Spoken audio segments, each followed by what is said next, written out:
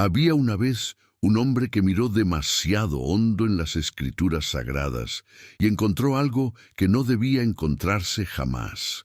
No era un tesoro escondido ni una profecía luminosa, era una grieta, una fisura en el fundamento mismo de lo que millones consideraban inquebrantable. Y esa grieta tenía nombre: manipulación, tenía forma: miedo, tenía origen: poder humano disfrazado de voluntad divina. Ese hombre se llamaba Baruch Spinoza, y lo que descubrió no fue simplemente un error histórico o una interpretación equivocada de textos antiguos. Lo que descubrió fue que el Dios del Antiguo Testamento, ese Dios celoso, vengativo, caprichoso, lleno de ira y favoritismos, no era Dios en absoluto. Era una invención, una construcción política, un instrumento de control. Y por haber tenido el coraje o la imprudencia de decirlo en voz alta, fue maldecido para siempre, expulsado de su comunidad, borrado de los registros, condenado al ostracismo más brutal que una sociedad religiosa podía imponer. Pero la maldición no logró silenciarlo, porque las ideas, una vez liberadas, no pueden ser encadenadas de nuevo. Y la verdad, por incómoda que sea, tiene una resistencia extraña, casi sobrenatural, a ser enterrada. ¿Por qué la humanidad teme tanto a la verdad? ¿Qué es lo que hay en la claridad que resulta tan insoportable para quienes prefieren habitar la penumbra de las certezas heredadas? Spinoza no hizo magia, no tuvo visiones místicas ni recibió revelaciones divinas. Hizo algo mucho más peligroso. Leyó con atención, analizó con rigor, pensó sin miedo, y al hacerlo desmanteló capa tras capa de narrativas que habían sido construidas durante siglos para mantener a las masas obedientes, temerosas, dependientes de intermediarios que se proclamaban portavoces de lo sagrado. No era un ateo, no negaba lo divino. Pero lo que Spinoza proponía era tan radical que resultaba aún más amenazante que el ateísmo mismo. Propuso que Dios no era una persona, no tenía emociones, no castigaba ni premiaba, no elegía pueblos favoritos ni exigía sacrificios rituales. Dios, para Spinoza, era la naturaleza misma, la totalidad, la sustancia infinita de la cual todo emana y en la cual todo existe. Un Dios que no necesitaba templos, sacerdotes ni escrituras sagradas. Un Dios que no podía ser manipulado con oraciones ni sobornado con ofrendas. Un Dios que simplemente era. Y si eso era cierto, entonces todo lo demás se derrumbaba. Si Dios no era el personaje antropomórfico descrito en las páginas del Antiguo Testamento, entonces esas páginas no eran la palabra literal de Dios. Eran textos escritos por hombres, hombres con intenciones, con agendas, con intereses políticos y religiosos, hombres que necesitaban justificar guerras, conquistas, leyes, estructuras de poder, y para lograrlo atribuyeron sus propias voces a la voz de Dios.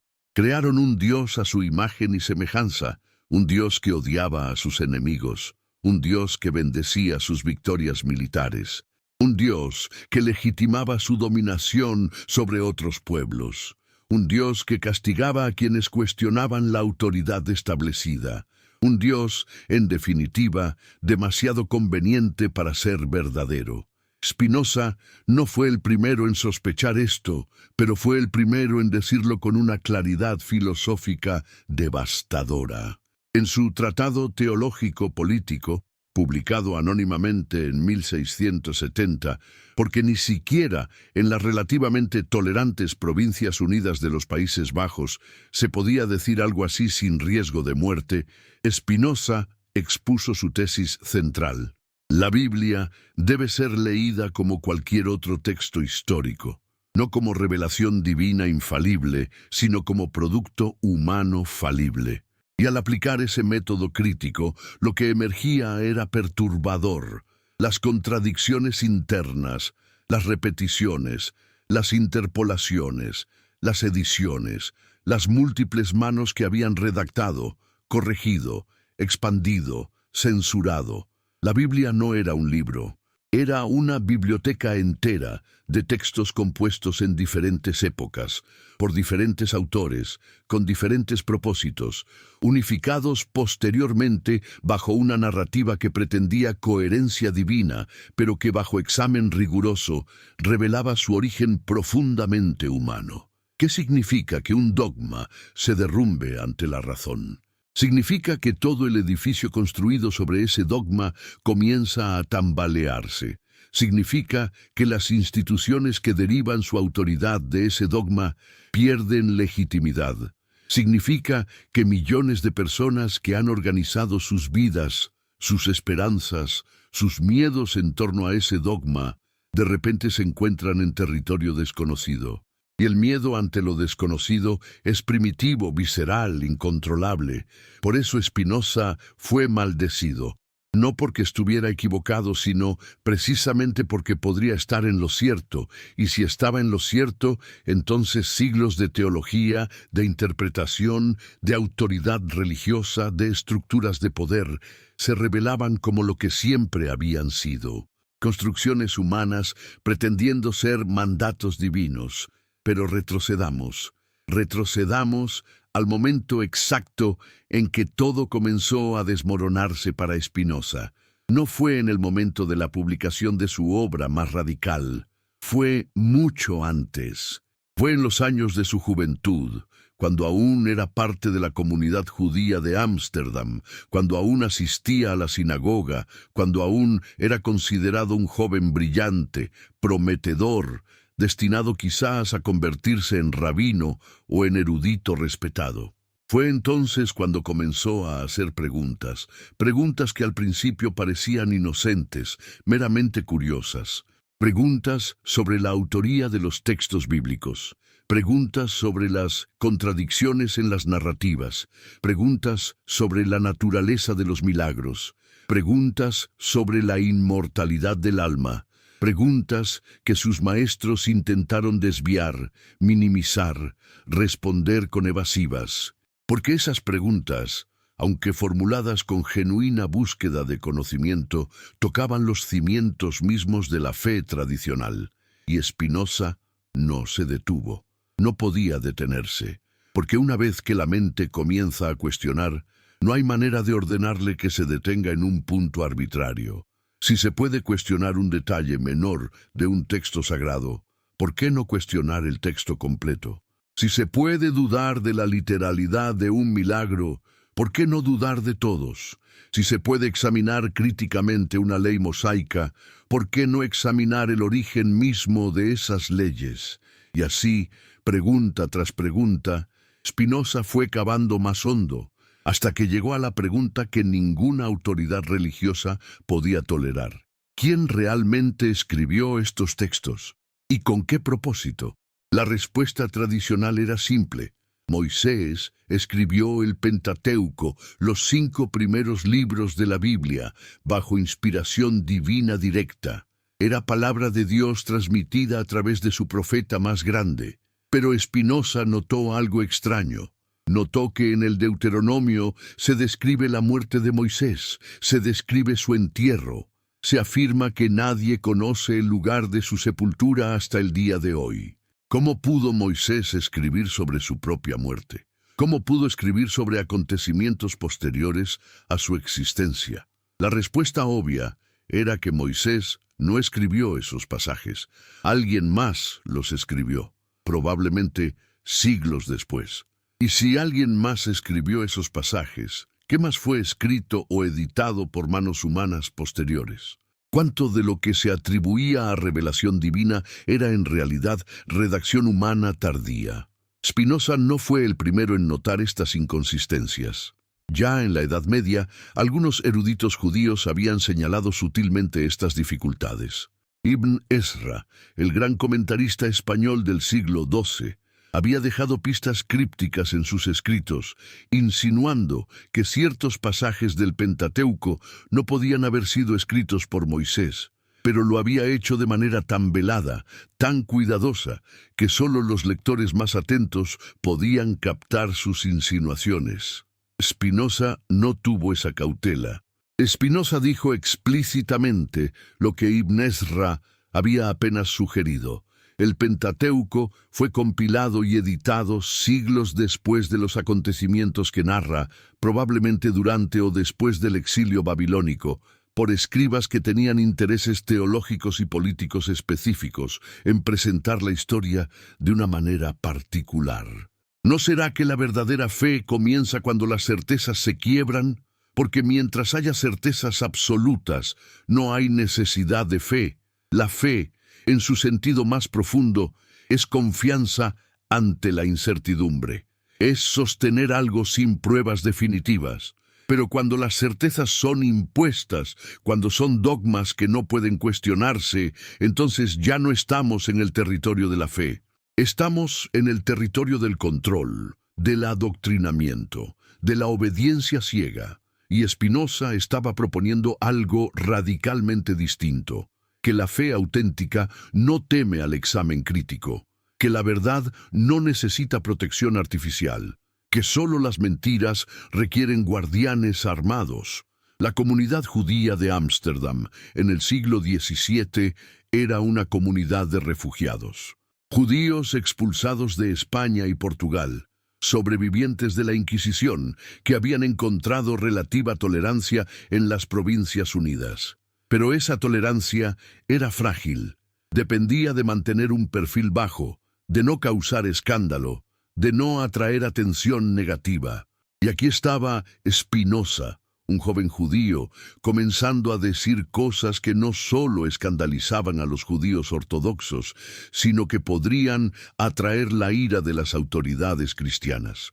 Porque si los textos sagrados judíos eran construcciones humanas falibles, ¿qué impedía aplicar el mismo análisis crítico al Nuevo Testamento, a los dogmas cristianos, a la autoridad papal? Spinoza no era solo una amenaza para su propia comunidad, era una amenaza para todo el orden religioso establecido. Y entonces vino la maldición, el cherem. El 27 de julio de 1656, en la sinagoga portuguesa de Ámsterdam, fue pronunciada contra Baruch Spinoza una de las excomuniones más severas jamás registradas. No fue una simple expulsión, fue una aniquilación social total. El texto del cherem es escalofriante en su intensidad. Con el juicio de los ángeles y con el de los santos, excomulgamos, expulsamos, execramos y maldecimos a Baruch de Spinoza. Maldito sea de día y maldito sea de noche. Maldito sea cuando se acuesta y maldito sea cuando se levanta. Maldito sea cuando sale y maldito sea cuando regresa. Ordenamos que nadie mantenga con él comunicación oral o escrita, que nadie le preste ningún favor, que nadie permanezca con él bajo el mismo techo, que nadie se acerque a él a menos de 4 codos y que nadie lea algo escrito o transcrito por él. Era como si intentaran borrar su existencia misma, convertirlo en un fantasma, en un no ser. Y sin embargo, esa maldición logró exactamente lo contrario de lo que pretendía. Porque al expulsarlo, al forzarlo a vivir fuera de toda comunidad religiosa, le dieron la libertad más peligrosa, la libertad de pensar sin límites, sin presiones sociales, sin miedo a la exclusión, porque ya estaba excluido, sin esperanza de reintegración, porque el puente había sido quemado irreversiblemente. Y en esa soledad forzada, Spinoza se convirtió en el primer filósofo verdaderamente moderno, el primero en pensar completamente libre de autoridades tradicionales, el primero en construir un sistema filosófico basado únicamente en la razón, sin recurrir a revelación, tradición o autoridad eclesiástica. Pero volvamos a su descubrimiento central. Volvamos a lo que Spinoza encontró cuando leyó el Antiguo Testamento no como creyente devoto, sino como investigador histórico. Encontró patrones, encontró que ciertos textos reflejaban claramente los intereses de la clase sacerdotal, que las leyes rituales elaboradas servían principalmente para mantener el poder y la relevancia de los sacerdotes. que las narrativas de conquista y guerra santa justificaban convenientemente la expansión territorial, que las profecías de castigo divino se alineaban perfectamente con los intereses políticos de quienes las pronunciaban. Encontró, en resumen, que el Dios del Antiguo Testamento se comportaba sospechosamente como los líderes humanos que afirmaban hablar en su nombre. ¿Por qué la Iglesia teme más a las dudas que a las herejías? Porque las herejías pueden ser combatidas, pueden ser denunciadas, refutadas, suprimidas. Las herejías son posiciones definidas que pueden ser atacadas con contraargumentos, pero las dudas son fluidas, las dudas se filtran, las dudas se propagan, las dudas no pueden ser quemadas en la hoguera porque no tienen cuerpo físico. Y una vez que alguien comienza a dudar, es casi imposible detener el proceso. La duda es como una grieta en un dique. Puede comenzar pequeña, apenas visible, pero con el tiempo y la presión del agua, esa grieta se expande hasta que todo el dique colapsa. Spinoza plantó dudas sistemáticas. Mostró que los milagros descritos en las Escrituras podían ser explicados naturalmente o entendidos como exageraciones míticas de eventos ordinarios. Mostró que las profecías eran suficientemente vagas como para ser interpretadas retrospectivamente para ajustarse a cualquier evento. Mostró que la idea de un pueblo elegido era simplemente nacionalismo religioso, no diferente en esencia de cualquier otra afirmación de superioridad étnica o cultural. Mostró que las leyes dietéticas y rituales no tenían origen divino, sino funciones sociales y de salud pública en contextos históricos específicos. Mostró, en definitiva, que todo lo que se presentaba como eterno, absoluto, inmutable, era en realidad temporal, relativo, histórico. Y entonces llegó al corazón de su argumento más radical. Si el Dios descrito en estos textos no era el Dios verdadero, si era una proyección humana, ¿quién lo había inventado? ¿Y por qué? La respuesta de Spinoza era devastadoramente simple. Lo habían inventado líderes religiosos y políticos que necesitaban una fuente de autoridad incuestionable para sus mandatos. Necesitaban un Dios que respaldara sus leyes, que justificara sus guerras, que castigara a sus enemigos, que premiara la obediencia y castigara la rebelión. Necesitaban un Dios que se pareciera notablemente a un rey humano, pero con poder infinito y conocimiento absoluto. Un supermonarca cósmico que legitimara las monarquías terrestres. Esto no era una crítica menor. Era una deconstrucción total del fundamento de la autoridad religiosa. Porque si el Dios de las Escrituras era una invención humana, entonces los sacerdotes no eran intermediarios de lo divino. Eran simplemente hombres que afirmaban tener acceso privilegiado a algo que ellos mismos habían construido. Era como reclamar ser el único intérprete autorizado de un texto que uno mismo había escrito. El poder de los sacerdotes, de los profetas, de los líderes religiosos, se basaba enteramente en la creencia de que ellos conocían la voluntad de Dios. Pero si Dios no tenía voluntad en el sentido antropomórfico, si Dios era la naturaleza misma, operando según leyes necesarias, entonces no había voluntad divina que interpretar, no había mandatos sagrados que transmitir, no había revelaciones que recibir. Ahora bien, Spinoza no era ingenuo, no pensaba que la religión fuera simplemente un fraude consciente perpetrado por líderes cínicos. Reconocía que muchos creyentes sinceros, incluyendo líderes religiosos, genuinamente creían en lo que predicaban. Pero esa sinceridad no cambiaba la naturaleza de lo que predicaban. Una ilusión compartida por millones durante siglos no deja de ser una ilusión. Y el hecho de que esa ilusión haya proporcionado consuelo, estructura social, cohesión comunitaria, no la convertía en verdad. Spinoza estaba dispuesto a sacrificar el consuelo por la verdad, Estaba dispuesto a aceptar un universo sin propósito antropocéntrico, sin justicia cósmica, sin recompensas post-mortem, si eso era lo que la razón indicaba. Y aquí quizás nos detengamos por un momento, quienes estamos aquí, en este instante, separados por miles de kilómetros, pero unidos por estas palabras que viajan a través del tiempo y el espacio para reconocer algo extraordinario. Tú que estás escuchando esto donde sea que te encuentres, en la ciudad que habites, bajo el cielo de tu país, en este preciso momento de tu día o de tu noche, eres parte de algo que Spinoza apenas podía imaginar. Una conversación global instantánea sobre ideas que costaron todo a quienes se atrevieron a pensarlas primero. Quizás estés escuchando mientras amanece en tu ventana, con una taza de café entre las manos, o quizás sea tarde en la noche y el silencio de tu habitación amplifique estas preguntas incómodas. Quizás estés en Buenos Aires o en Madrid, en Ciudad de México, o en Bogotá, en Lima o en Santiago. Quizás sean las 9 de la mañana o las 3 de la madrugada. Y en este momento, en este preciso instante, te invito a compartir algo simple pero significativo.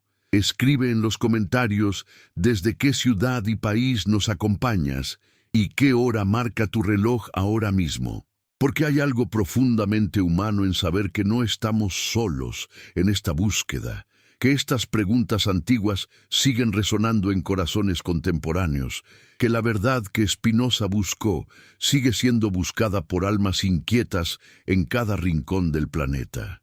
Y si estas palabras han tocado algo en ti, si han despertado preguntas que dormían, compártelas con alguien cercano, con ese amigo o amiga que también se atreve a pensar, que también se atreve a dudar, que también busca algo más allá de las respuestas fáciles. Comparte este mensaje con la esperanza de que, al hacerlo, bendiciones lleguen a sus familias, porque compartir la verdad, por incómoda que sea, es un acto de amor hacia quienes queremos que piensen libremente. Pero continuemos. Spinoza había descubierto la invención humana detrás del Dios bíblico. Había identificado los mecanismos de poder que sustentaban la autoridad religiosa. Pero aún quedaba una pregunta más profunda, más perturbadora. Si ese Dios era una invención, ¿qué era lo real? ¿Qué era lo verdaderamente divino? Y aquí Spinoza realizó su segundo gran movimiento filosófico. No se contentó con destruir, no fue meramente un crítico negativo, construyó una alternativa, propuso una visión radicalmente diferente de la divinidad. Una visión que en su momento sonaba como ateísmo apenas disfrazado, pero que en realidad era algo mucho más complejo y profundo. Para Spinoza, Dios era la sustancia única, infinita, eterna, de la cual todo lo existente es una manifestación. Dios y la naturaleza eran una misma cosa, Deus sive natura, Dios o la naturaleza. No había separación entre creador y creación. No había un Dios externo al universo que lo hubiera fabricado como un artesano fabrica un objeto. El universo entero era Dios expresándose en infinitas formas. Tú eres una expresión de Dios. Yo soy una expresión de Dios. Esta roca, este árbol, esta estrella, son expresiones de Dios. Todo lo que existe existe en Dios y no puede existir fuera de Dios, porque no hay nada fuera de Dios. Dios es el todo absoluto. ¿Qué implicaciones tiene esta visión? Implicaciones enormes. Significa que no hay pecado en el sentido tradicional, porque no hay leyes divinas arbitrarias que puedan violarse. Solo hay leyes naturales necesarias. Significa que no hay libre albedrío en el sentido tradicional, porque todo lo que sucede es expresión de la naturaleza infinita de Dios desplegándose según su esencia necesaria. Significa que no hay recompensa ni castigo después de la muerte, porque la muerte es simplemente la disolución de un modo particular de existencia, regresando a la sustancia infinita. Significa que la felicidad no se encuentra en obedecer mandatos divinos para obtener favor celestial, sino en comprender nuestra verdadera naturaleza como parte de Dios. y vivir en armonía con esa comprensión. Esta no era una filosofía fácil, no era una filosofía consoladora, no prometía inmortalidad personal, no garantizaba justicia cósmica, no ofrecía un Padre celestial que respondiera a oraciones, pero tenía algo que las religiones tradicionales no tenían: coherencia lógica total. Cada parte del sistema de Spinoza se derivaba necesariamente de sus axiomas iniciales. No había contradicciones internas. No había milagros que suspendieran las leyes naturales. No había intervenciones divinas arbitrarias. Todo fluía con la necesidad geométrica de un teorema matemático, y esto era precisamente lo que resultaba tan amenazante. Porque si la filosofía de Spinoza era correcta, entonces toda la estructura de recompensas y castigos que mantenía a la gente obediente se desmoronaba. Si no hay castigo eterno, ¿por qué temer al infierno? Si no hay recompensa celestial, ¿por qué sacrificar placeres terrenales? Si no hay mandatos divinos, ¿por qué obedecer a los sacerdotes? Si Dios no tiene propósitos específicos para la humanidad, ¿por qué someternos a estructuras religiosas?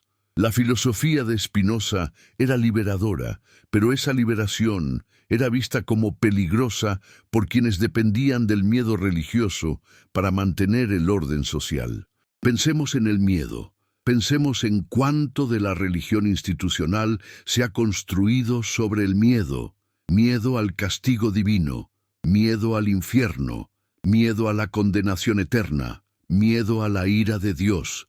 Y pensemos en cómo ese miedo ha sido usado para controlar comportamiento, usado para extraer obediencia, usado para justificar jerarquías, usado para silenciar disidencia, usado para hacer que personas buenas hagan cosas terribles, creyendo que obedecen mandatos divinos, usado para hacer que personas inteligentes renuncien a su razón, creyendo que la fe requiere sacrificium intellectus, el sacrificio del intelecto.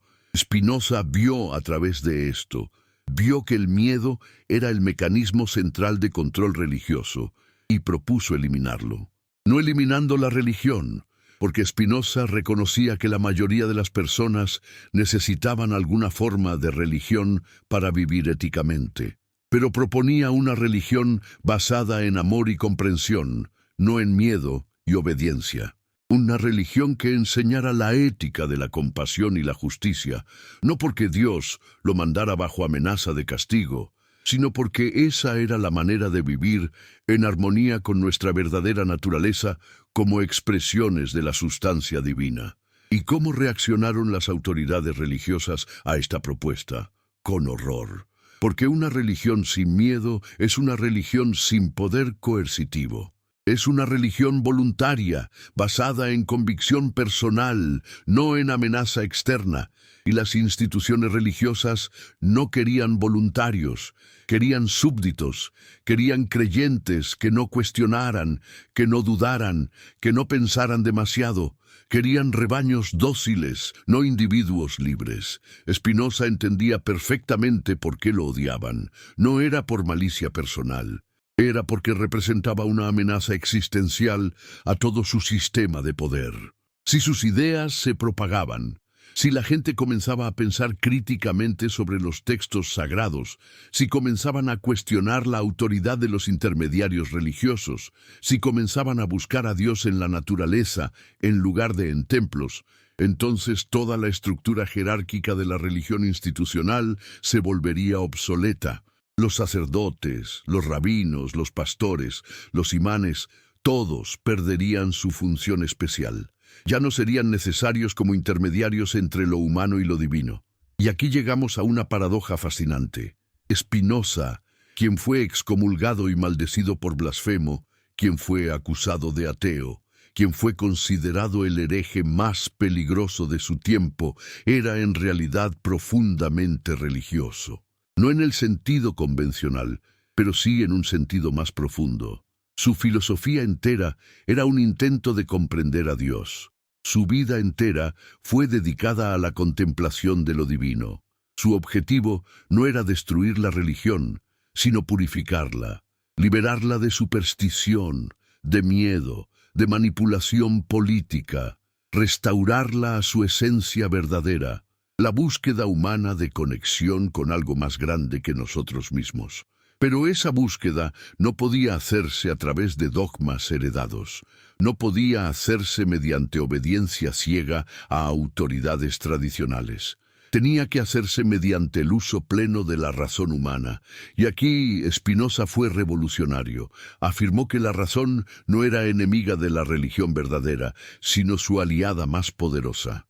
Solo las religiones falsas, las religiones basadas en mentiras piadosas y manipulaciones, temían a la razón. Una religión verdadera no tenía nada que temer del examen racional, porque la verdad puede soportar cualquier escrutinio. ¿Pero qué es la verdad? ¿Cómo la encontramos?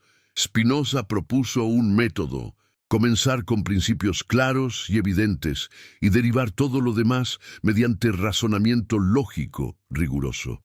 Aplicó el método geométrico de Euclides a la metafísica.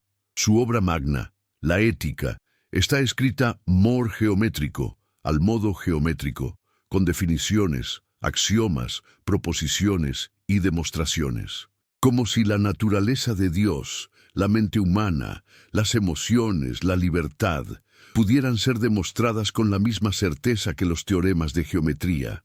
Era un proyecto audaz, quizás imposiblemente audaz, porque la realidad humana es infinitamente más compleja que las líneas y círculos de la geometría.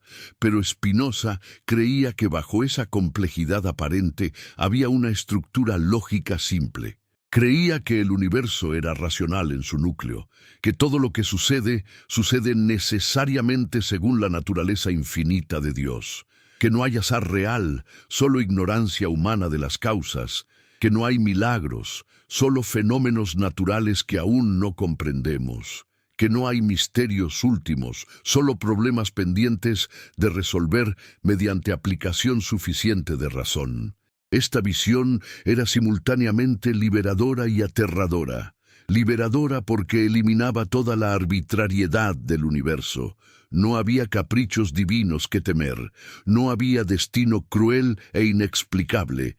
Todo tenía una causa, todo podía ser comprendido. Pero también era aterradora porque eliminaba todo propósito externo. El universo no fue creado para nosotros, no tiene un plan para nosotros. No se preocupa por nosotros más de lo que se preocupa por cualquier otra expresión de su infinita sustancia.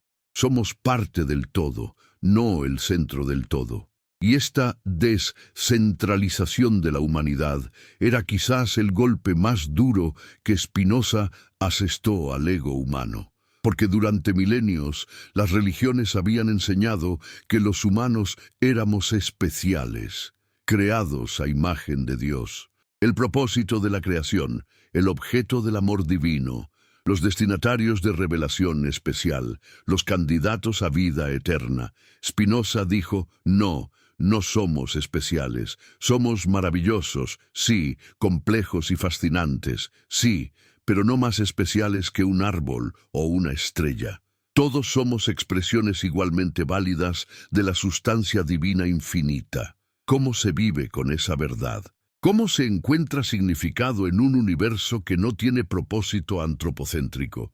Spinoza tenía una respuesta: mediante la comprensión, mediante el conocimiento. Cuanto más comprendemos la naturaleza de Dios, cuanto más comprendemos nuestra propia naturaleza como parte de Dios, más libres nos volvemos. No libres en el sentido del libre albedrío indeterminado, porque eso es una ilusión, sino libres en el sentido de actuar desde nuestra propia naturaleza en lugar de ser arrastrados por pasiones que no comprendemos. La libertad spinozista es la libertad de la comprensión, es saber por qué hacemos lo que hacemos, es actuar desde razón en lugar de desde emoción ciega. Es comprender que nuestros deseos, nuestros miedos, nuestras aversiones son todos causados necesariamente por nuestra naturaleza y nuestras circunstancias, y que al comprenderlos, al verlos claramente, perdemos su poder sobre nosotros. La ira pierde su fuerza cuando comprendemos que quien nos ofendió no pudo hacer otra cosa dado su naturaleza y circunstancias. El miedo pierde su poder cuando comprendemos que lo que tememos es también parte del orden necesario de la naturaleza. La tristeza se transforma cuando comprendemos que la pérdida es inevitable en un universo de formas transitorias. Esta no es una filosofía de resignación pasiva, es una filosofía de aceptación activa, es decir, sí a la realidad tal como es, no porque nos guste, sino porque es. Y al decir sí a la realidad, al dejar de luchar contra lo inevitable, encontramos una paz que ninguna religión basada en esperanzas futuras puede proporcionar, porque esa paz no depende de nada externo. No depende de que Dios responda a nuestras oraciones. No depende de que recibamos recompensas celestiales. Depende solo de nuestra comprensión de la naturaleza de las cosas. Y sin embargo, y aquí está la paradoja final, Spinoza no era un estoico frío y distante. Su filosofía no conducía a la indiferencia emocional. Al contrario, conducía al amor intelectual de Dios, como él lo llamaba, amor intellectualis Dei, porque cuanto más comprendemos la naturaleza infinita de Dios, más nos maravillamos ante ella, más la amamos.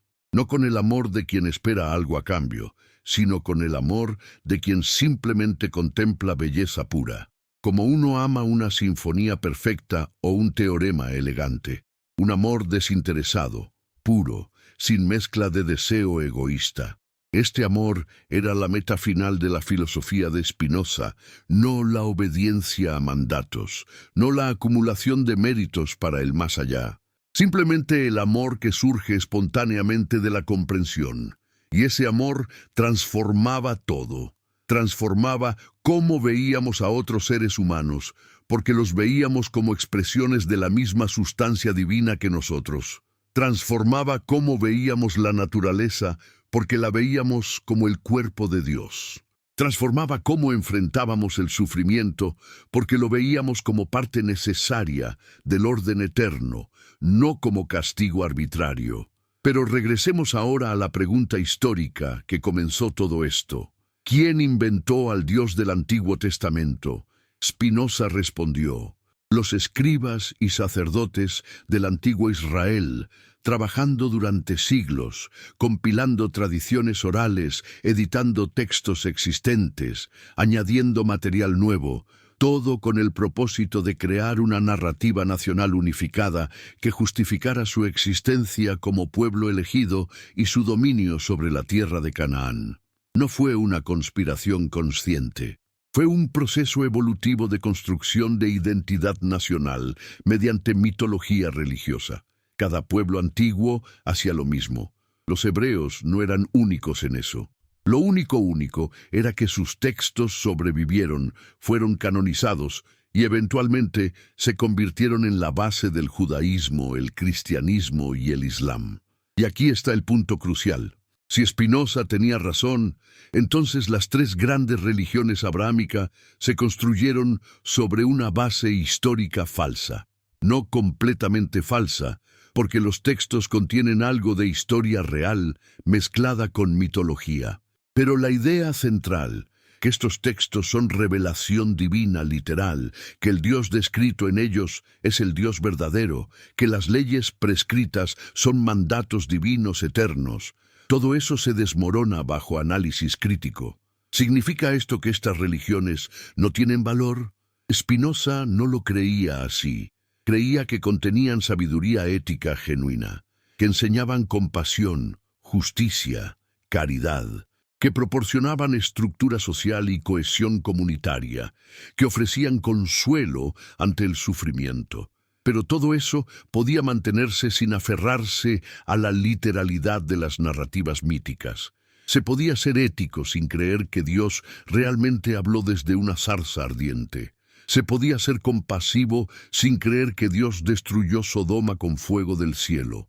Se podía buscar justicia sin creer que Dios ordenó el genocidio de los cananeos. De hecho, Spinoza argumentaba que la ética mejoraría si se liberaba de estas narrativas violentas, porque mientras los creyentes pensaran que Dios aprobaba la violencia en ciertos contextos, siempre encontrarían justificación para la violencia en nombre de Dios. Pero si comprendían que Dios no tiene preferencias, no ordena guerras, no elige pueblos favoritos, entonces la violencia religiosa perdería su justificación. Las guerras santas se revelarían como lo que siempre fueron, guerras humanas disfrazadas de mandato divino. ¿Y qué del consuelo? ¿Qué de la esperanza? Muchos acusan a Spinoza de quitarle a la humanidad el consuelo de la inmortalidad y la esperanza de justicia divina. Pero Spinoza ofrecía un consuelo diferente, el consuelo de la verdad, el consuelo de saber que vivimos en un universo racional, no en un universo arbitrario. El consuelo de saber que nuestra existencia, aunque breve, es parte de algo infinito y eterno. El consuelo de saber que al comprender nuestra verdadera naturaleza, podemos experimentar una forma de eternidad incluso en esta vida, porque nuestra mente, al comprender verdades eternas, participa en la eternidad. Era un consuelo austero, no para todos. Requería fortaleza intelectual y emocional, y requería renunciar a las fantasías consoladoras de reuniones en el cielo y cuentas saldadas en el más allá. Pero para quienes podían aceptarlo, ofrecía algo más sólido que la esperanza en promesas no verificables.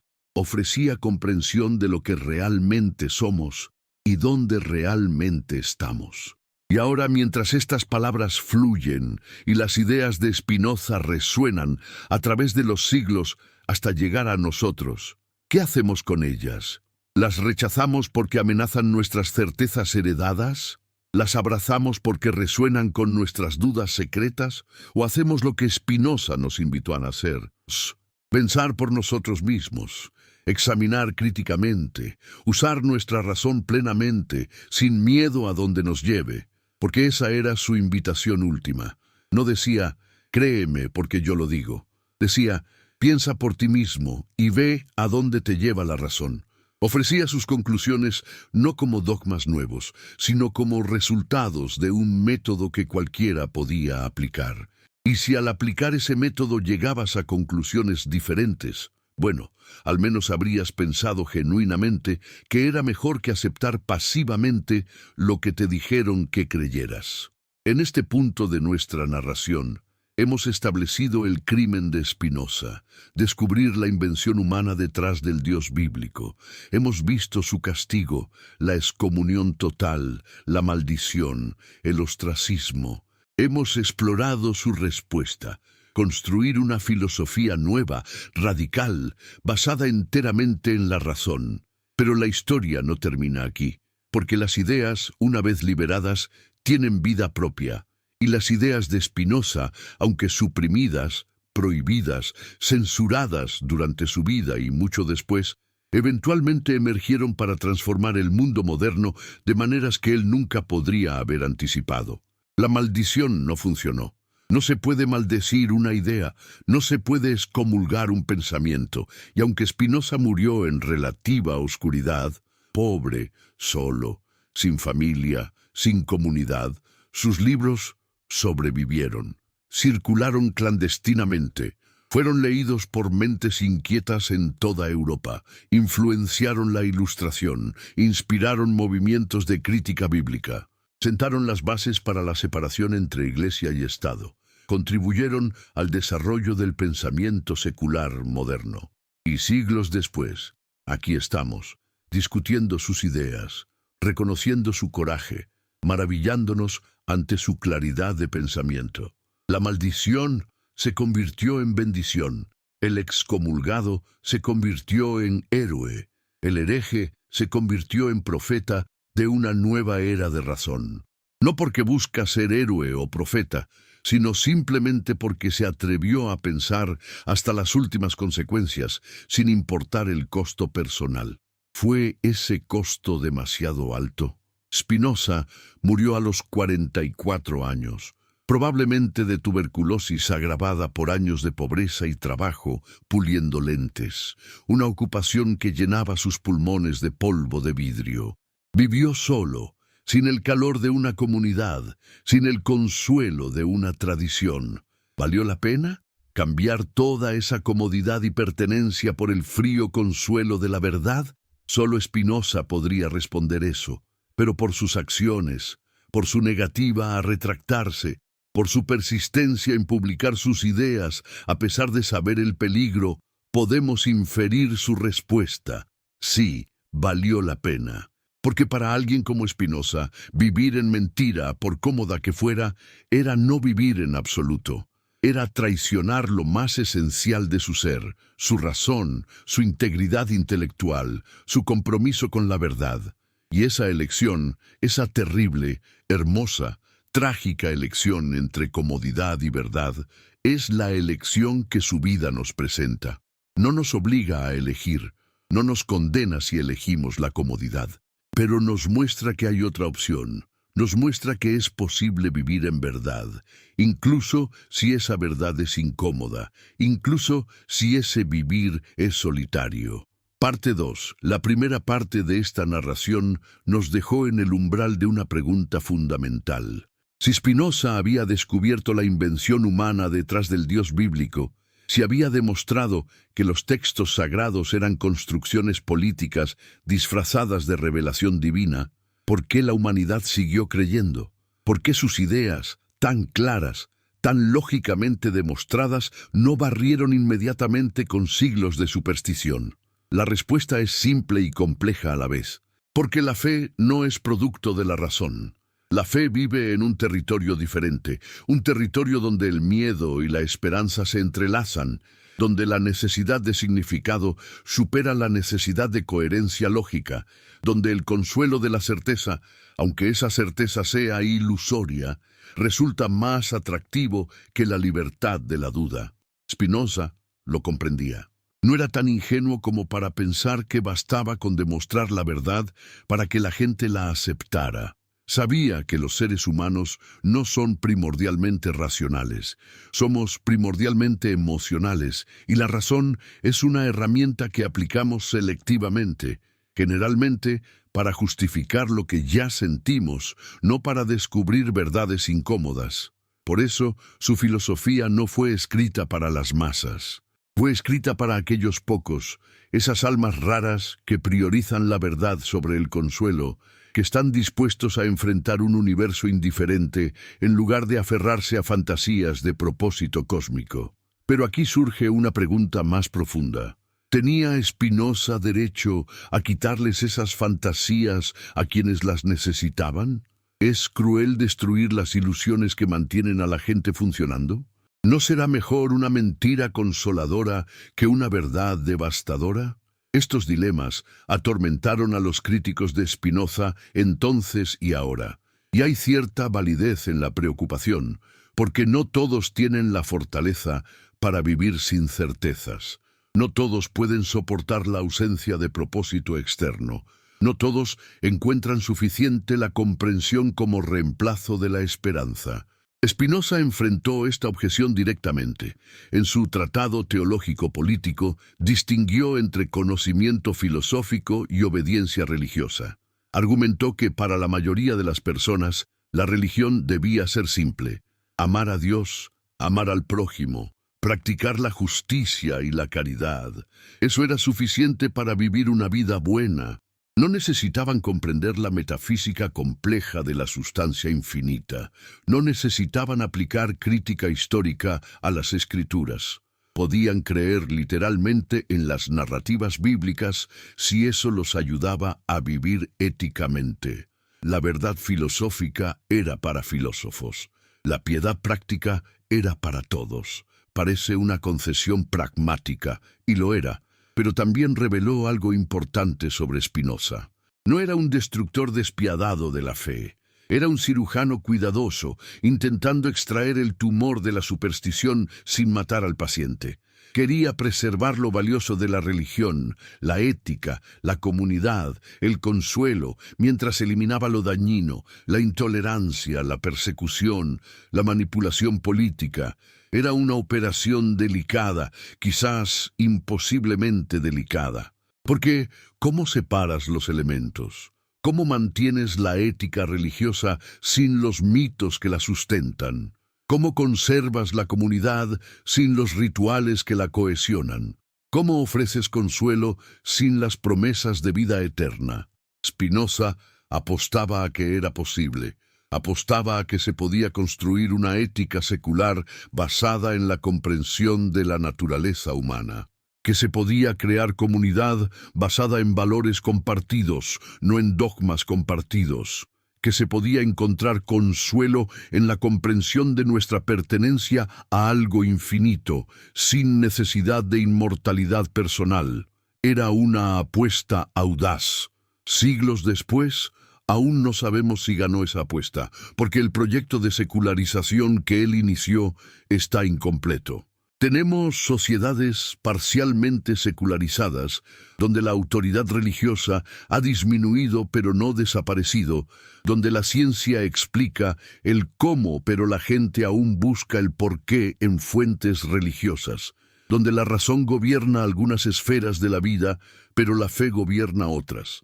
Pero volvamos al siglo XVII. Volvamos al momento después de la excomunión, cuando Spinoza se encontró completamente solo. Imagina su situación. 23 años, expulsado de la única comunidad que había conocido, sin familia que lo reconociera, sin amigos de la infancia que pudieran hablarle, sin perspectivas de matrimonio, sin profesión establecida, sin lugar en la estructura social. Era como si hubiera muerto socialmente. Como si fuera un fantasma caminando entre los vivos. ¿Qué hace una persona en esa situación? Algunos se rompen, se retractan, piden perdón, hacen lo que sea necesario para ser readmitidos, porque la soledad total es casi insoportable para los seres humanos. Somos animales sociales, necesitamos pertenencia como necesitamos aire. Y sin embargo, Spinoza no se retractó. No pidió perdón, no mostró ninguna señal de arrepentimiento. Al contrario, profundizó su pensamiento herético, como si la excomunión lo hubiera liberado de las últimas cadenas que restringían su pensamiento. Se mudó fuera de Ámsterdam, vivió en pequeñas poblaciones, alquilando cuartos en casas de familias tranquilas. Aprendió a pulir lentes para ganarse la vida modestamente. Y en su tiempo libre, en las tardes después del trabajo, en los fines de semana, escribió. Escribió con una disciplina férrea. Escribió como si su vida dependiera de ello. Y en cierto sentido, dependía. Porque cuando has sido arrancado de toda identidad social, cuando ya no eres hijo de nadie, hermano de nadie, miembro de ninguna comunidad, ¿qué te queda? Te queda tu mente, tus ideas, tu obra. Y eso se convirtió en la identidad de Spinoza, pensador, filósofo, buscador de verdad, pero no era un ermitaño completamente aislado.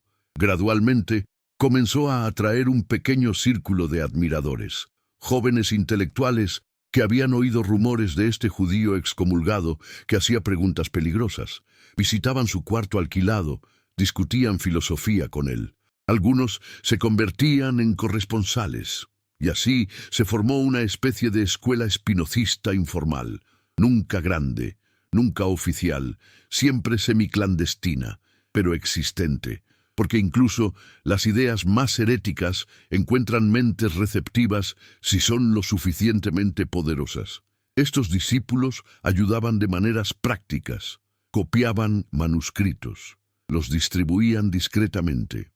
Defendían a Spinoza cuando era atacado, proporcionaban apoyo financiero ocasional cuando el trabajo de pulir lentes no era suficiente. Y lo más importante, le daban algo de comunidad. No reemplazaba lo que había perdido, pero era algo. Eran personas con quienes podía hablar libremente, sin miedo a ser reportado a las autoridades, sin necesidad de autocensura. Y Spinoza necesitaba eso, porque lo que estaba escribiendo era explosivo. Su obra en progreso, lo que eventualmente se publicaría póstumamente como la Ética, no era simplemente un tratado filosófico más. Era una refundación completa de la metafísica, la epistemología, la psicología y la ética sobre bases puramente racionales, sin ninguna apelación a revelación o autoridad tradicional. Era el proyecto de reconstruir todo el edificio del conocimiento humano desde cero, usando solo la razón como herramienta y la naturaleza como guía. ¿No será que la verdadera fe comienza cuando las certezas se quiebran? Porque mientras tengamos certezas absolutas, mientras estemos seguros de poseer la verdad, no necesitamos fe. La fe es confianza ante la incertidumbre. Y Spinoza, al destruir las certezas religiosas tradicionales, paradójicamente estaba creando espacio para una fe más auténtica. Una fe que no se basaba en revelación externa, sino en confianza interna, en la capacidad de la razón para descubrir verdad. Una fe en que el universo es racional, en que la realidad puede ser comprendida, en que la verdad existe y es accesible al intelecto humano. Esta era su fe, su apuesta fundamental, y todo su sistema filosófico descansaba sobre ella. Si el universo no fuera racional, si la realidad fuera fundamentalmente caótica o absurda, entonces el proyecto de Spinoza estaba condenado desde el inicio. Pero él apostaba a que no lo era. Apostaba a que debajo de toda la confusión aparente, toda la multiplicidad de fenómenos, toda la complejidad del mundo, había una unidad simple, una sustancia, un Dios naturaleza operando según su propia naturaleza necesaria, produciendo todo lo que existe con la misma necesidad que un círculo produce sus propiedades geométricas. Era una visión hermosa, casi estética en su simplicidad, y sin embargo, aterradora en sus implicaciones. Porque si todo es necesario, si nada podría ser diferente de lo que es, entonces no hay espacio para libre albedrío, no hay espacio para propósito, no hay espacio para que el futuro sea diferente de lo que será. Todo está determinado desde toda la eternidad por la naturaleza infinita de Dios. Somos como olas en el océano, creyéndonos entidades separadas, tomando decisiones libres, cuando en realidad somos solo manifestaciones temporales del océano mismo, siguiendo patrones determinados por corrientes que no controlamos ni comprendemos plenamente. ¿Cómo se vive con esa visión? ¿Cómo se levanta uno por la mañana sabiendo que todo lo que hará ese día ya está determinado? ¿Cómo se toma una decisión sabiendo que esa decisión no es realmente libre? Spinoza tenía una respuesta, pero no era simple. Decía que aunque nuestras acciones están determinadas, nuestra experiencia de elegir es real, y que hay una diferencia crucial entre actuar desde nuestra propia naturaleza comprendida versus ser empujados por fuerzas externas que no comprendemos. El primer caso es lo que él llamaba libertad, el segundo esclavitud. La libertad espinosista no es la capacidad de haber elegido de otro modo, es la capacidad de actuar desde comprensión de nuestra propia naturaleza, es ser causa de nuestras acciones, en lugar de ser meramente efecto de causas externas. Y esa distinción, aunque sutil, es importante, porque significa que el conocimiento genuinamente nos libera. Al comprender por qué deseamos lo que deseamos, por qué tememos lo que tememos, por qué actuamos como actuamos, ganamos una espipardos. La libertad espinosista no es la capacidad de haber elegido de otro modo, es la capacidad de actuar desde la comprensión de nuestra propia naturaleza. Es ser causa adecuada de nuestras acciones, en lugar de ser meramente efecto de causas externas. Y esa distinción, aunque sutil, lo cambia todo. porque significa que el conocimiento genuino, lejos de ser un lujo intelectual, es la única vía hacia una forma real de libertad. Al comprender por qué deseamos lo que deseamos, por qué tememos lo que tememos, por qué actuamos como actuamos, ganamos un espacio interior, una distancia respecto a nuestras pasiones, que nos permite no ser arrastrados por ellas como por una tormenta. Aquí se profundiza el conflicto entre fe y razón.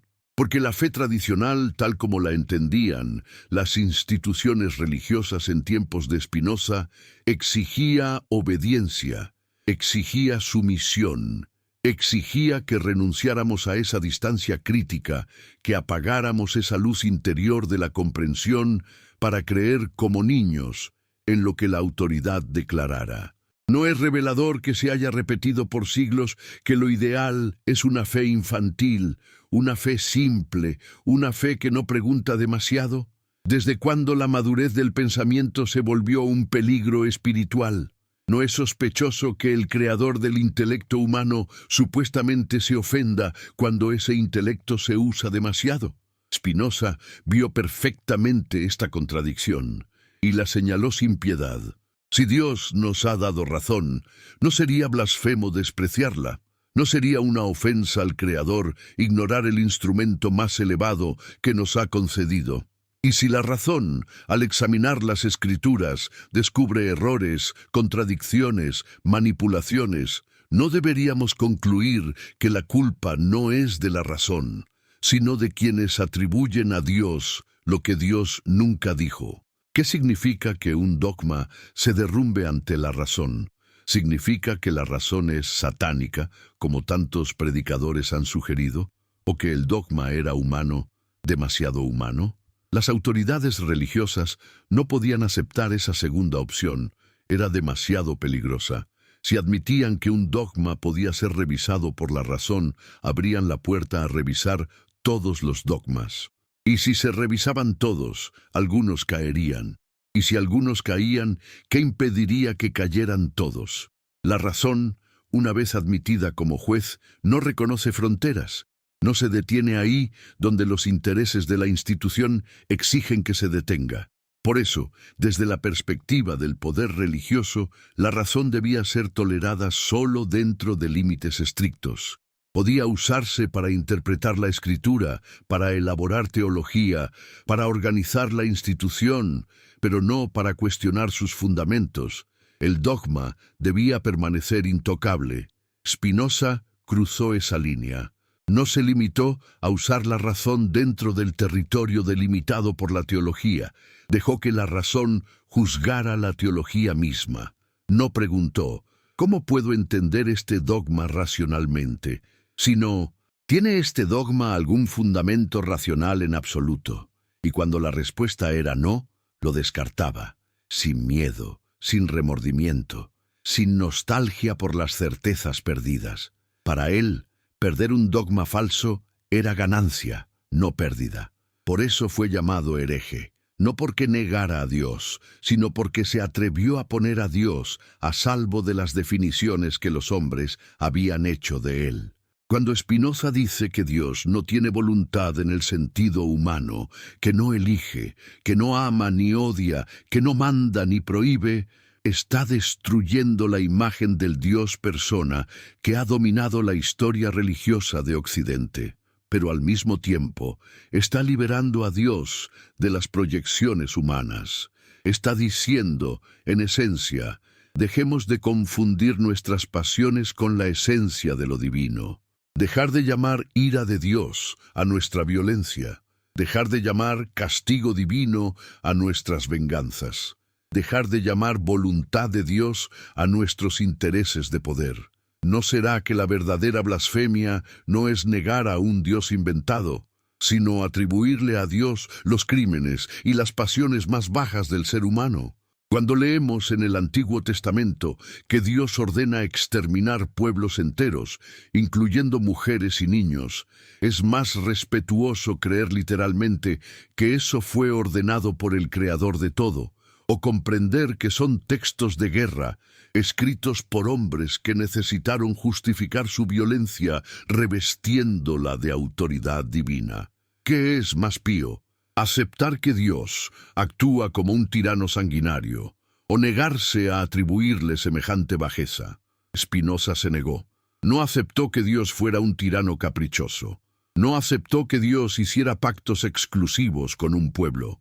No aceptó que Dios se arrepintiera, se enojara, cambiara de opinión, reaccionara a lo que hacemos.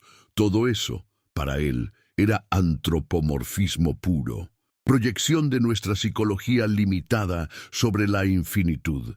Y si eso era así, entonces la teología tradicional se revelaba como una gigantesca construcción basada en una confusión original. Confundir a Dios con un personaje, con un rey del cielo, con un padre superlativo. La razón se vuelve entonces una fuerza purificadora. No destruye a Dios, destruye ídolos, destruye falsas imágenes de Dios. Y en ese proceso entra inevitablemente en conflicto con la fe tradicional, que se ha construido precisamente sobre esas imágenes. Por eso, Spinoza es simultáneamente el mayor enemigo y el mayor amigo de la religión. Enemigo de la religión institucional, basada en dogmas, jerarquías, miedos y recompensas.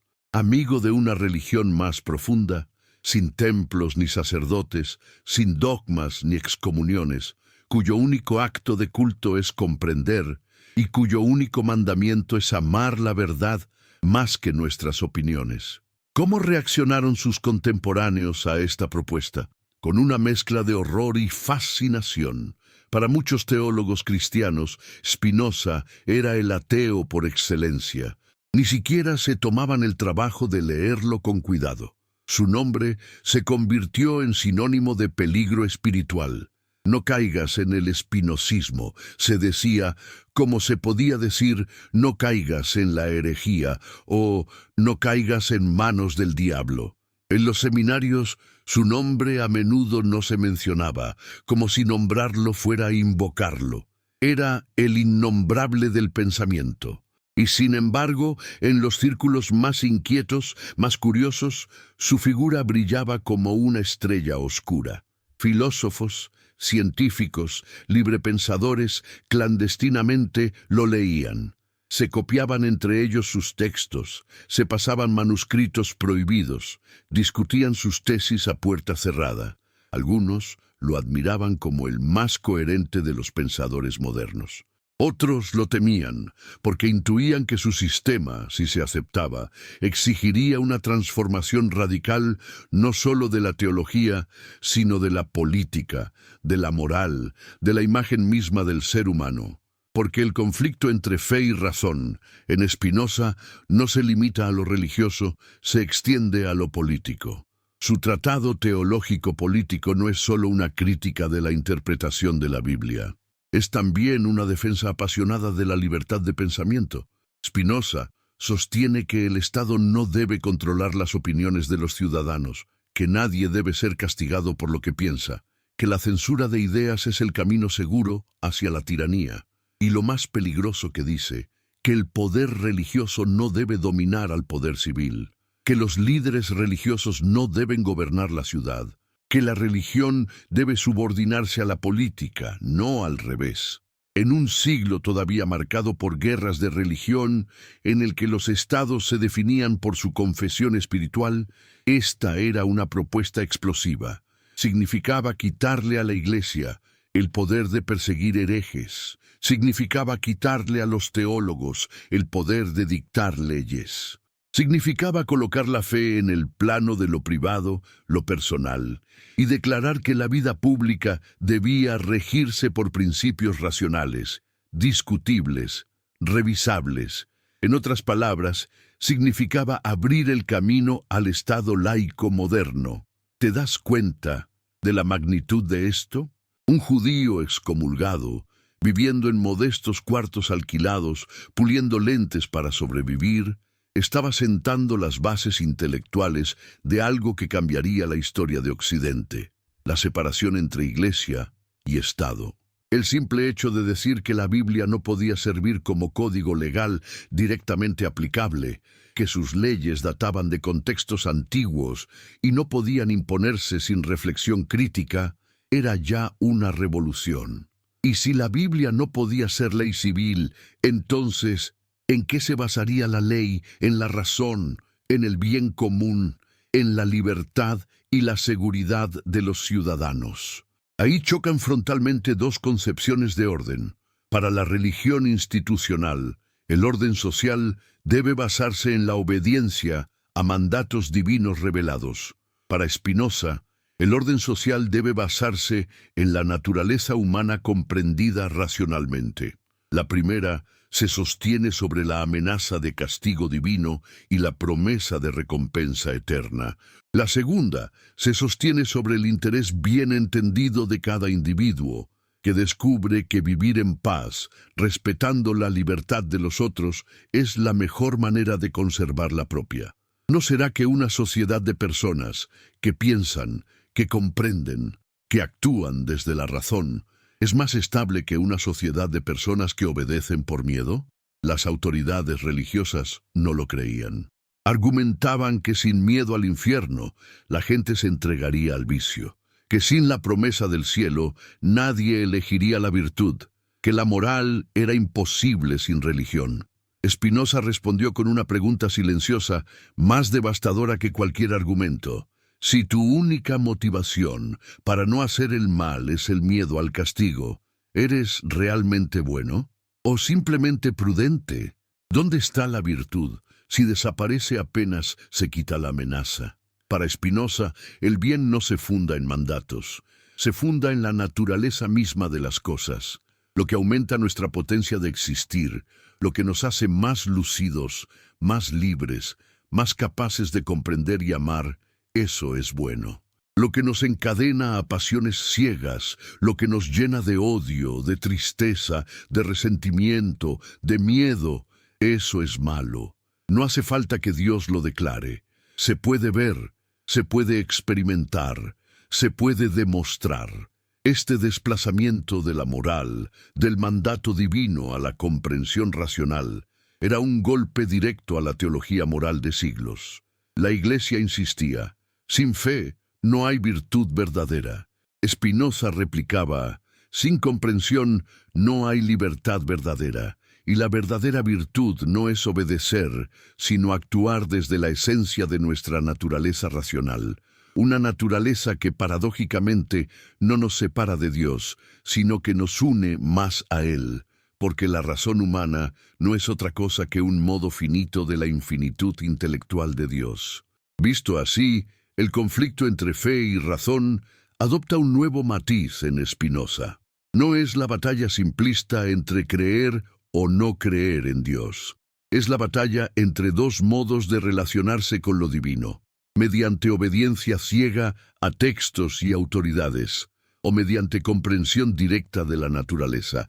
Spinoza no quiere que dejemos de hablar de Dios. Quiere que aprendamos a hablar de Dios sin mistificación, sin antropomorfismo, sin manipulación.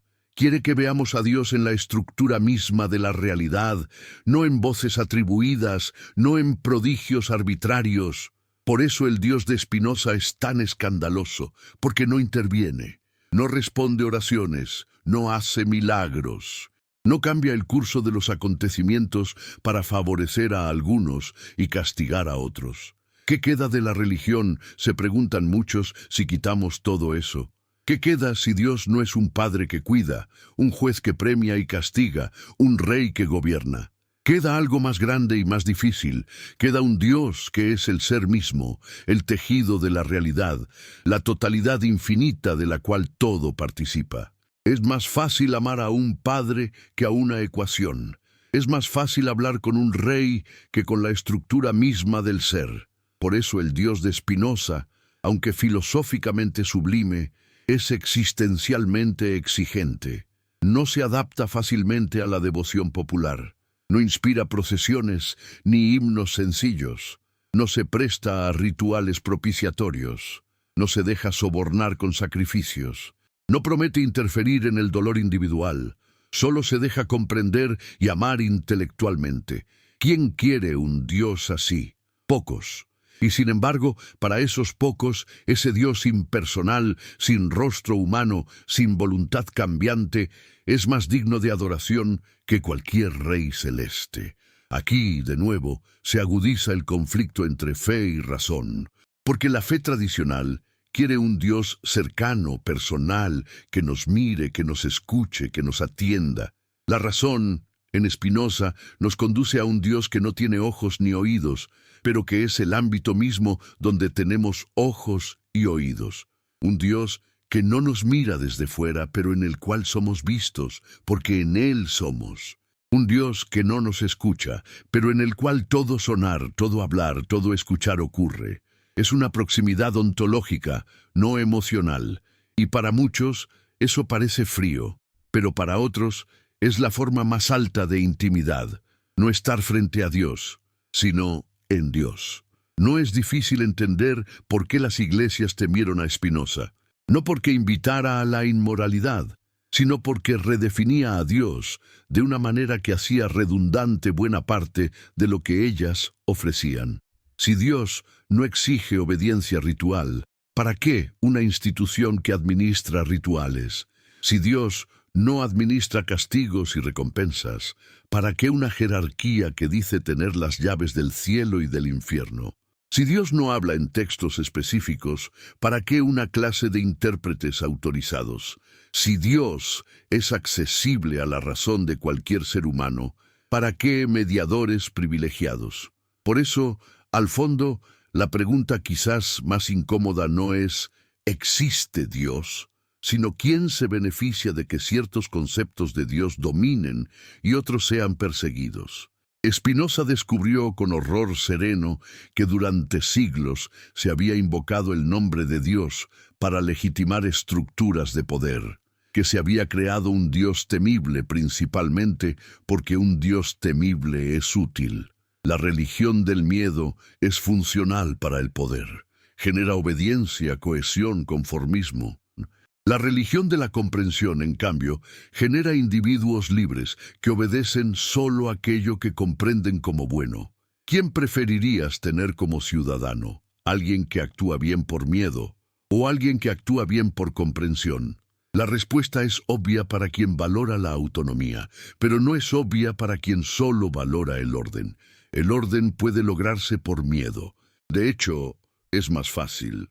Solo se necesita una amenaza suficientemente creíble. La comprensión es más trabajosa. Requiere educación, debate, reflexión. Requiere tiempo. Requiere renunciar al control directo sobre las conciencias. Spinoza apostó por un orden basado en la comprensión. Sabía que sería más frágil al inicio, pero más sólido a largo plazo. Un orden de mentes libres, no de cuerpos disciplinados, y sabía también que ese orden solo podía construirse si la razón quedaba libre para investigar todo, incluida la religión. De ahí su defensa de la libertad de filosofar. De ahí su insistencia en que incluso las opiniones más heterodoxas no debían ser perseguidas, siempre que no incitaran a la violencia. Es allí donde se ve, con claridad casi dolorosa, por qué la Iglesia teme más a las dudas que a las herejías. La herejía es una opinión alternativa dentro del mismo juego. Es alguien que propone una interpretación distinta, un dogma rival. Puede combatirse con concilios, con anatemas, con disputas teológicas. Pero la duda verdadera es otra cosa. La duda pregunta: ¿y si el juego mismo está mal planteado? ¿Y si las reglas mismas son arbitrarias? La duda no propone otro dogma, propone examinar todos los dogmas. Y ese acto, en sí mismo, es incontrolable. No se detiene donde al poder le conviene que se detenga. Spinoza encarnó esa duda radical, no se limitó a comparar interpretaciones, cuestionó el estatuto mismo de la Biblia como palabra de Dios. Y con ello abrió la puerta a algo impensable, la crítica histórica de los textos sagrados. Hoy, para muchos, esto es normal. Sabemos que los textos bíblicos se escribieron en diferentes épocas, que dependieron de fuentes anteriores, que fueron editados. Hay bibliotecas enteras sobre crítica bíblica. Pero en el siglo XVII, decir lo que Spinoza dijo era dinamita. No basta, sin embargo, con reconocer su audacia. Hace falta preguntarse qué hacemos hoy con esa herencia, porque la lucha entre fe y razón no terminó con Spinoza, solo cambió de forma. Hoy, la razón ya no es perseguida abiertamente en la mayoría de los países occidentales. No queman filósofos en la hoguera, no excomulgan pensadores con la violencia teatral de un cherem. Pero ¿no sigue vivo, de otras maneras, el mismo mecanismo? ¿No se sigue enseñando sutil o explícitamente que hay temas que no deben pensarse demasiado? ¿No se sigue repitiendo que dudar demasiado enfría el corazón, debilita la fe, abre puertas peligrosas? Y tú, que estás escuchando esto, décadas, siglos después de que Spinoza muriera en un pequeño cuarto holandés, ¿qué haces con sus preguntas? ¿Te asustan? ¿Te irritan? ¿Te alivian? ¿Alguna vez te han dicho que no deberías leer ciertos libros o escuchar ciertas ideas porque podrían confundirte?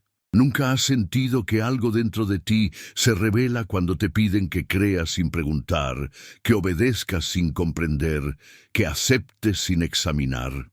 Tal vez estás en este momento en tu sala, o en tu cocina, o en tu cuarto, con los auriculares puestos, la pantalla iluminando tu rostro, y sientes que algo se mueve, incómodo pero vivo, dentro de ti. Algo así como una pequeña insurrección silenciosa. Una voz que susurra, ¿y si Spinoza tuviera razón? ¿Y si el miedo, más que la fe, ha sido el verdadero motor de la religión? No se trata de negar todo, de destruir por destruir. Se trata de preguntarse, ¿qué quedaría de mi fe si el miedo desapareciera? Si nadie pudiera amenazarme con el infierno, si nadie pudiera prometerme el cielo, si lo único que contara fuera la verdad y el amor a esa verdad. Tal vez, antes de seguir adelante hacia el clímax de esta narración, merezca la pena hacer algo muy sencillo, casi un pequeño ritual de presencia compartida. Tú, que estás ahí, en tu ciudad, en tu país, en tu hora precisa, seas la que sea, las 10 de la mañana de un lunes gris, o la 1 de la madrugada de un sábado en silencio, puedes hacer algo que Spinoza no podía ni imaginar. Dejar una señal de tu existencia en un espacio común global. Puedes escribir, si lo deseas, en los comentarios, desde qué país y qué ciudad estás escuchando estas palabras, y qué hora exacta es ahora mismo donde estás. No es un dato trivial, es una forma de decir, yo estoy aquí, yo también estoy pensando esto, yo también me dejo tocar por estas preguntas. Es una pequeña afirmación de presencia en medio del océano impersonal de Internet. Y si algo de lo que has escuchado te ha hecho pensar en alguien, un amigo, una amiga, un hermano, alguien a quien aprecias porque sabes que también se atreve a cuestionar, o que está sufriendo bajo el peso de miedos religiosos, o que está buscando desesperadamente un sentido honesto, quizá quieras compartirle este video. No como un gesto de proselitismo, sino como un deseo silencioso de bendición, que estas palabras, estas dudas, estas verdades difíciles le traigan tarde o temprano más libertad, más paz, más honestidad consigo mismo y con Dios, sea como sea que lo entienda. Que una bendición no sea solo un deseo mágico, sino la consecuencia de contemplar la realidad con ojos más limpios. Porque esa, en el fondo, es la mayor bendición que Spinoza nos legó, la invitación a mirar sin miedo, a mirar el texto, la historia, la religión, el poder, nuestro propio corazón, sin bajar la mirada, sin censurarnos, sin atajos, sin consuelos baratos, con la convicción profunda de que la verdad, sea la que sea, no puede ser enemiga de lo divino. Que lo único que la verdad destruye son nuestros ídolos, y que cuando un ídolo cae, duele, pero ese dolor es el precio de una libertad más grande. Y sin embargo, la historia de Spinoza no es solo una sucesión de ideas, es también una historia humana, concreta, Un hombre que tosía sangre mientras pulía lentes, sin saber si el alquiler del siguiente mes estaría asegurado. Un hombre que recibía cartas de amigos que le pedían moderación, prudencia, que le rogaban que no publicara algunas de sus obras para no atraer sobre sí mismo la furia de poderes más grandes. Un hombre que rechazó honores y cargos universitarios porque sabía que aceptar implicaría callar partes de lo que pensaba. Prefirió la pobreza y la oscuridad a la comodidad comprada con silencio. ¿Cuántos de nosotros haríamos lo mismo? Aquí el conflicto entre fe y razón se concreta en otra forma. El conflicto entre integridad y conveniencia. Spinoza podría haber suavizado sus tesis. Podría haberlas presentado con lenguaje ambiguo. Podría haber mantenido una doble vida, una pública, ortodoxa y otra privada, radical. Muchos lo han hecho antes y después de él, pero no fue su camino. Eligió la transparencia. Eligió decir lo que pensaba, aunque eso significara cerrar puertas, perder oportunidades, ganarse enemigos. ¿Fue imprudente? Quizá. ¿Fue ético? Sin duda. Y esa ética del pensamiento, esa coherencia entre lo que se cree y lo que se dice, es también una forma de fe. Fe en que no estamos solos cuando estamos con la verdad. Fe en que, aunque el mundo nos maldiga, la realidad no lo hará. Fe en que, aunque se nos expulse de todas las comunidades humanas, perteneceremos aún a la única comunidad que no excluye a nadie, la comunidad de lo real. Mientras tanto, afuera, en el mundo amplio, la maquinaria del miedo seguía funcionando. Iglesias llenas de fieles asustados, sermones sobre la ira de Dios, catecismos memorizados sin comprender, nacimientos, matrimonios, funerales, todos bajo el ojo vigilante de un Dios convertido en policía ontológico. Y aquí, en un pequeño cuarto, en un pueblo holandés, un hombre escribía frases como estas: «La mente humana es una parte del infinito entendimiento de Dios. Todo lo que es en Dios, y nada puede ser ni ser concebido sin Dios.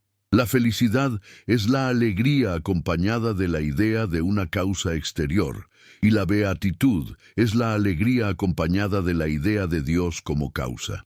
¿Te das cuenta del abismo? De un lado, misas y liturgias basadas en el miedo a la condenación. Del otro, el intento de formular una geometría de la beatitud, un mapa racional de la alegría. La razón, en Spinoza, no es un frío bisturí que corta la vida en pedazos muertos. Es una luz que, al iluminar, calienta, que, al clarificar, consuela. Pero no consuela con promesas, sino con comprensión. Sin embargo, los guardianes del orden religioso no podían verlo así. Para ellos, razón significaba crítica. Crítica significaba rebeldía. Rebeldía significaba disolución del orden. Y así, el conflicto entre fe y razón se interpretó como el conflicto entre orden y caos. La fe, decían, sostiene la sociedad. La razón la disuelve. Spinoza se atrevió a invertir la ecuación. Es la razón la que puede sostener un orden justo, mientras que la fe basada en miedo sostiene un orden injusto, aunque estable. La gran ironía es que, siglos después, muchas de las intuiciones políticas de Spinoza se volvieron sentido común. La libertad de expresión, la tolerancia religiosa, la separación entre Iglesia y Estado. Hoy, incluso muchos creyentes sinceros aceptarían estas ideas como principios básicos de convivencia, sin saber, quizá, que uno de sus arquitectos invisibles fue ese judío maldecido que descubrió quién inventó al Dios del Antiguo Testamento. Y aquí, al borde de este tramo de la narración, la figura de Spinoza se alza no solo como filósofo, sino como un espejo incómodo para cada uno de nosotros. ¿Qué haríamos si descubriéramos que la imagen de Dios con la que crecimos es una construcción, mitad miedo, mitad tradición? ¿Nos aferraríamos a ella por apego, por nostalgia, por necesidad?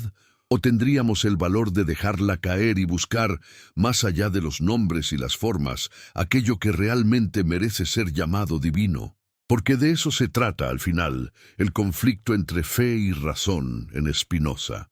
No de elegir entre Dios y la lógica, sino entre un Dios inventado por el miedo y un Dios descubierto por la comprensión. Entre una fe que exige obediencia ciega y una fe que se atreve a mirar la realidad a los ojos. Entre un consuelo basado en promesas y un consuelo basado en la transparencia. La humanidad, en su mayoría, sigue temiendo a la verdad, sigue prefiriendo narrativas que la tranquilizan a verdades que la desinstalan. Y sin embargo, de tanto en tanto, aparecen figuras como Spinoza, que encarnan otra posibilidad, que nos muestran que es posible vivir de otra manera, que nos recuerdan, con su vida y su muerte, que la verdad no puede ser enterrada para siempre, aunque la sepulten bajo maldiciones, excomuniones, silencios pactados. Siempre, en algún lugar, alguien la desentierra. Siempre, en algún instante, alguien la escucha de nuevo. Y ese alguien ahora podría ser tú.